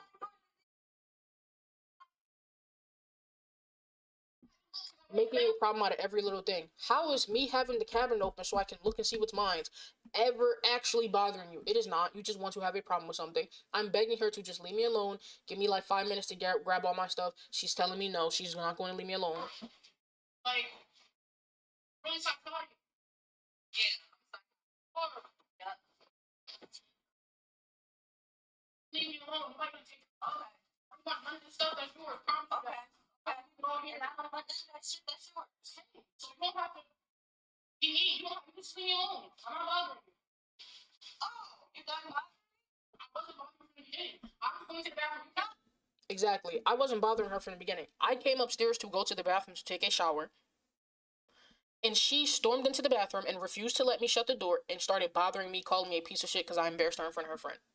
I was not bothering her. I had not talked to her in 8 hours. I had not talked to her for the whole day. After we had that argument in the morning, I went downstairs and minded my business. She came in the room to storm in there and tell me now I gotta give her money for electric and now I gotta give her money for the water bill and that she hate me and that I'm a piece of shit.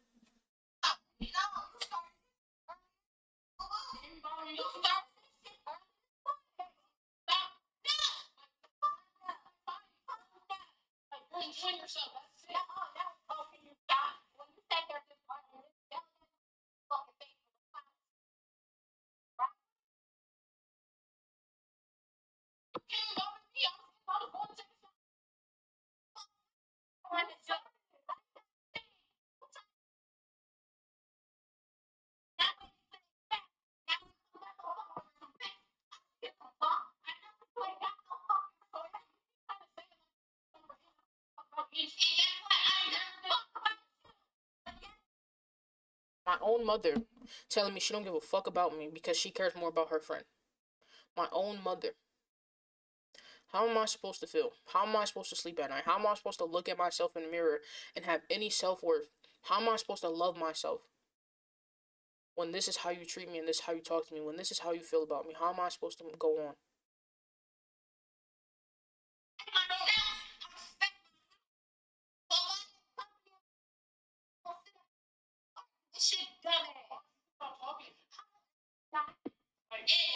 Continuing to antagonize me.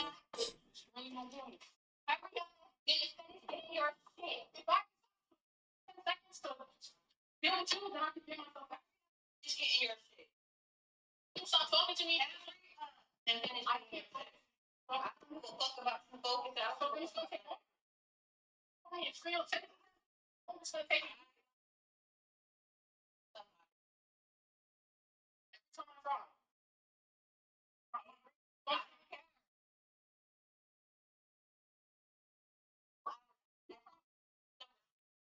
but you want me to get up. I want to do what the fuck I want. Do what I want.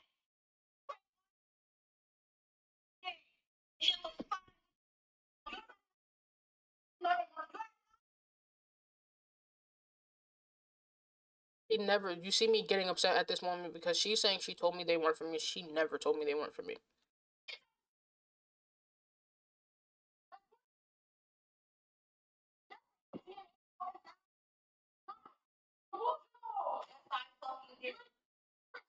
Never told me that. For my family on the too, the billing cycle was over. The billing cycle was until the 24th. So until I can birthday for my phone, keeping my money.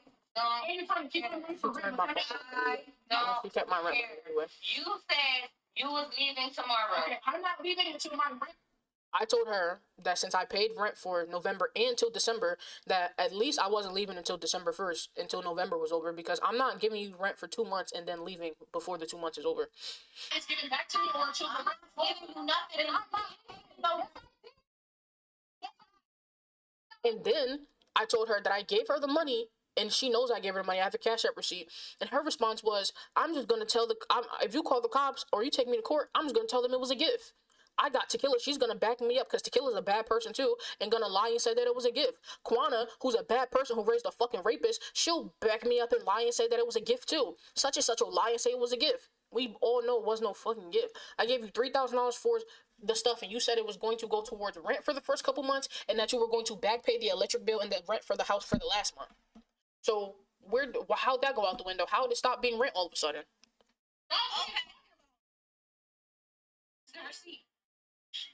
Where's the receipt? Manipulating me.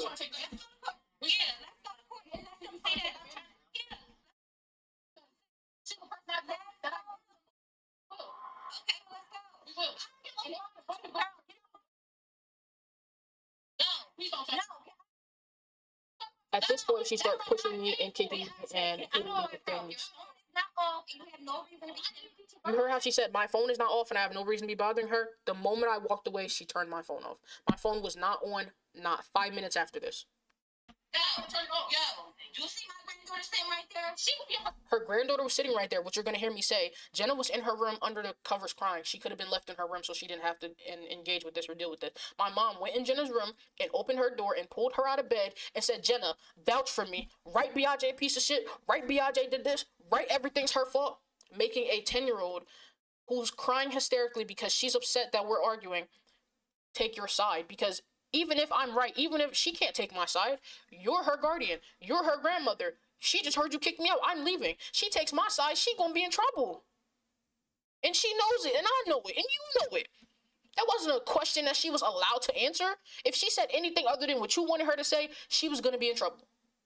So she pulls Jenna out of bed to be her yes man and co-sign her, and I'm like, Jenna, you can say whatever you want. I'm not gonna be mad. If you say that it's all my fault or whatever, just say whatever she needs you to say. Because at the end of the day, when I leave, it's just going to be you and her. And I need to make sure that she's not mad at you when I leave. So you go ahead and tell her I'm the devil if you need to. Say whatever you need to say. Then she like, you doing all this arguing in front of my granddaughter? Your granddaughter would be in her fucking bedroom. You pulled her out to witness it. So don't, I'm doing all this in front of your granddaughter. I've been turned up. You went and had her witness it. So now she's going to witness it. I need her to see that I'm leaving and that I'm going and that you told her I'm not allowed to speak to her no more. But those are your actions. You kicked me out. I didn't leave her. I didn't want to go. I wanted to leave, but I didn't want to leave Jenna. I would have stayed for Jenna. If I stop talking to Jenna, it's because you told me not to, because I call Jenna every day. I send her money every chance I get. I went out of my way to buy her Christmas presents and mail them to her. I would never stop speaking to Jenna. So I needed Jenna to know this is all because of your grandmother, because I would never leave you alone, ever.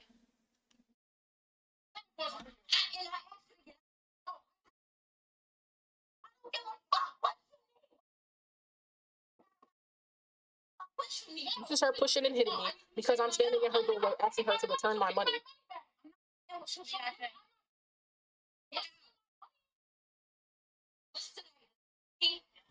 I was standing in her doorway asking her to give me my money back, and she was refusing. So that's what that was. But do you hear how she's speaking to me? This is how a mother speaks to her daughter. This is how you call yourself a mother. This is how you talking to me. Like, you cannot be serious right now. I would never speak to my child like that ever in life. I had a picture on here, I don't know what I did with it, of my door barricaded because she kicked my door in with a fucking hammer in her hand. Let me see. She kicked my door in with a hammer. Okay, here's the video.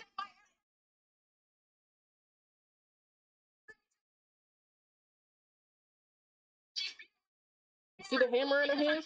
She was chasing me around the house with a hammer, breaking my things with a hammer. Like, hold on, let me scroll back a little bit because look, the hammer is in her hand right next to the air fryer. And you see at the top of the steps those bags. That was I had packed my food and left it at the top of the steps because I was gonna take it downstairs with me. She kicked it all down the steps so that a literal bag of chips popped open and spilled on the steps, and she left it there for 3 days and refused to pick it up. And she tossed all the rest of the food in front of my door. She kicked in my door and broke the doorknob to the point where I couldn't have the door stay shut, so I had to barricade it with this so that she no longer kicked my door in and she could leave me alone, because at that point I felt unsafe and I felt like my life was in jeopardy because she kicked my fucking door in. And I felt like that if I hadn't barricaded my door, she was going to come into my room and hit me with that hammer. And so I did that because I feel like I needed to, because she broke my door. And so for a week, all I did was just go to the bathroom in my room and sit in my room and lay in my bed and stare up at the ceiling and think about how bad I felt and how bad my life was going to turn out and how I would rather die than deal with this shit. And I slowly sold all my stuff until I had enough money to buy a ticket. And then I got on the train and I came back to Jersey. And I stayed in the Airbnb for the first day or so until my brother talked to my parents, and basically they said, oh, it was a misunderstanding. I thought you were saying that you wasn't going to be able to leave your mom's house in Atlanta until Thanksgiving. You could definitely come home. We could talk about it. I said, okay. I came home, and they haven't necessarily been hounding me about leaving. I got a job recently, and I've been working to try to leave, and I'm trying. I want to leave as much as you want me to leave, because I don't ever want to have this horrible feeling that I have right now of one day they're going to ask me to leave. The rug's going to be pulled out from under me. I don't ever want to feel like I don't belong. Once I get myself together and get on my feet, that is the last time I'm gonna let anybody. I'm over it.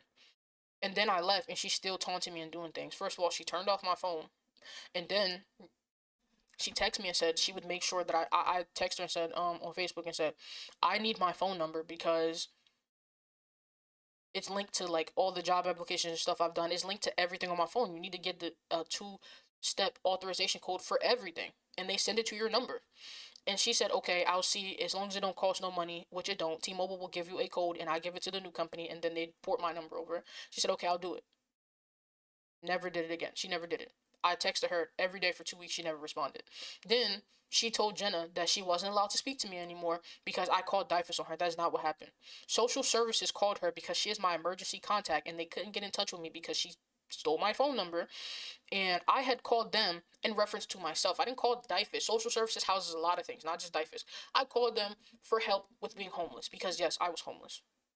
Again, I needed help, and I needed to know what resources there were for people who are escaping domestic violence situations because that's what it was, and I needed to know what resources existed for people that are homeless. It's okay to start over. It's okay to have nothing. It's okay to leave. If leaving will save your life, it is okay. And I don't mean save your life because I thought she was going to kill me, which, who knows? She's wielding around a hammer. She's kicked me down flights of steps before when I was a kid and hit me and beat me in all types of ways that I can't even imagine that no child should have to go through. Who's to say she wouldn't take you too far this time? So, yes, I may have saved my life, but I mean saved my life mentally. It was seeping through the cracks, and I was starting to lose my mind. And being in that room, isolated by myself for a week straight, I was starting to lose my mind. And I was hurting. And I was this close to just killing myself right there in her house, and she wouldn't even have known until they smelt my body, and I was okay with that. And so yes, I absolutely saved my life by leaving. It is okay to leave if you have, even if you have nothing, even if you have nowhere to go. And I had nothing, and I had nowhere to go, but I left to save my life, and I left, and I called social services and asked, I'm homeless. I escaped a domestic violence situation with my mom. What can you do to help me? Is there anything you can do to help me? And when I called, they didn't answer, and I left a message, and they didn't have the new number, which I had to call and get my new number. And they called my old number, disconnected, and so she's my emergency contact, so they called her. Before she even let them finish saying what they were saying, all she heard was that they were calling for me, and she hung up the phone. And so she assumed that I was calling DYFS on her because she's an awful person and she does awful things to people, and she treats people awful. I would never in my life do anything to hurt Jenna. I would never in my life do anything to put any type of pressure on Jenna. I would never try to jeopardize her. For as much as my mom is a horrible mother to me, for as much as she hurts me and manipulates me and makes me want to end my life, she is decent to Jenna. Jenna has the childhood and life that I never got to have. I would never take that away from her. Because if they take her from my mom, where is she gonna go? My brother's a deadbeat and has other children who he already doesn't take care of. He abuses my nephew. My nephew ate a fucking Xanax bar under my brother's watch. And you know what DYFS did? Not a motherfucking thing. They let the nigga keep staying with him. And all his baby moms are fucking retarded and ditzy and keep having kids with him, even though they talking about, oh, he DL and he put his hands on me and he do this and he do that, and they keep having kids with the nigga. I would never want my niece to go back with him. Not that I love Jenna more than I love Ashton or anybody else, but I have a deeper bond with Jenna because Jenna was raised basically as my sister. I would never in my life, I would literally step in front of fuck a bullet. I would step in front of a rocket launcher to protect Jenna. I would give Jenna the last dollar. There have been times where I gave Jenna the last dollar out of my bank account. I would give Jenna the shirt off my back. If there was only one thing to eat, I wouldn't even make her split it. Jenna eats. I'll be okay. There's not anything in the entire world that I would not do for that little girl. I love her as if she came out of my body. The motherly love that I'm missing from my mom, the love and Everything that I wish that I had gotten from my family, I feel all of that and more for Jenna. And I would never do anything to hurt her in any way. And I wouldn't let anybody else hurt her either. So I would never ever have called Dyfus because her situation with my mom is not amazing, but it's great. My mom takes care of her. My mom makes sure she goes to school. My mom feeds her. My mom clothes her. My mom don't put her hands on her. She don't abuse her, scream at her like she do to us. My mom might be a little distant sometimes and stay in her room or whatever. But as far as it goes for Jenna, she is an amazing mom. Maybe she didn't get it right with the first three, but she damn sure got it right with Jenna. And I'm never gonna like fault her for that or be like, oh, I wouldn't call Dyfus on her because I'm an adult. Dyfus can't help me. I'm too far gone. I literally live life on the edge. Every day I have to convince myself not to kill myself. There's nothing nobody can do for me. One day y'all just gonna get that call. And it would be pointless to call Dyfus for myself. What the fuck are they gonna do for me? Absolutely not. They can't help me. I'm an adult. Dyfus don't help 25-year-olds. They just don't. But you know what they do? They take children away from mothers. And I would never want them to take Jenna away from my mom. Because my mom does a good job with Jenna. So the fact that she thought that I would call Dyfus on her for fucking what? You didn't hurt Jenna. You didn't scream at Jenna. You didn't kick Jenna out. You didn't kick Jenna door in with a hammer. Jenna's fine. And Jenna will be fine. She's gonna be okay. And she calls me and she sends me like pictures of her like laying in my bed and saying, like she's sad and she misses me. And I told her she could have some stuff out of my room and she like made a shrine. Like, hold on, this picture. And she like took some shit out of my room and like made like a little shrine and it's in the corner of her room of stuff of me, like a picture and stuff. And when I was talking to her, she was saying like, she's sad and she's bored at home and she's bored without me and she wished I could come back. And I said, listen, kid, even if I want to come back, she doesn't want me there. I'm already somewhere right now that I'm not wanted and that they don't want me to be. But at least they don't yell at me. At least they don't hurt me. Even if I could come back there, she would just think that I came back because I needed her. If I would go back, it would be for Jenna.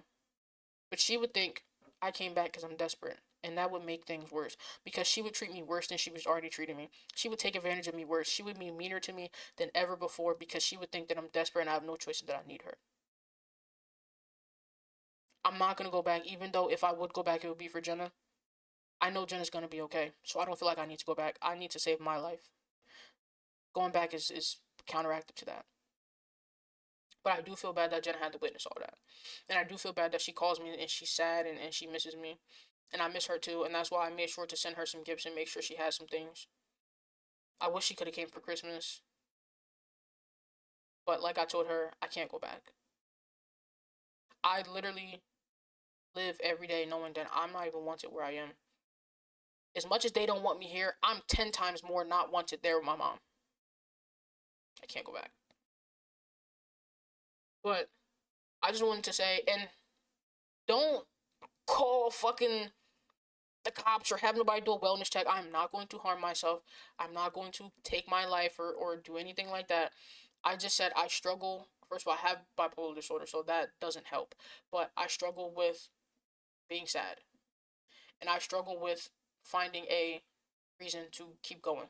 But that does not mean that I'm going to do anything to myself or going to harm myself. Because if I was going to, I would have been done it. I'm not going to do anything to myself.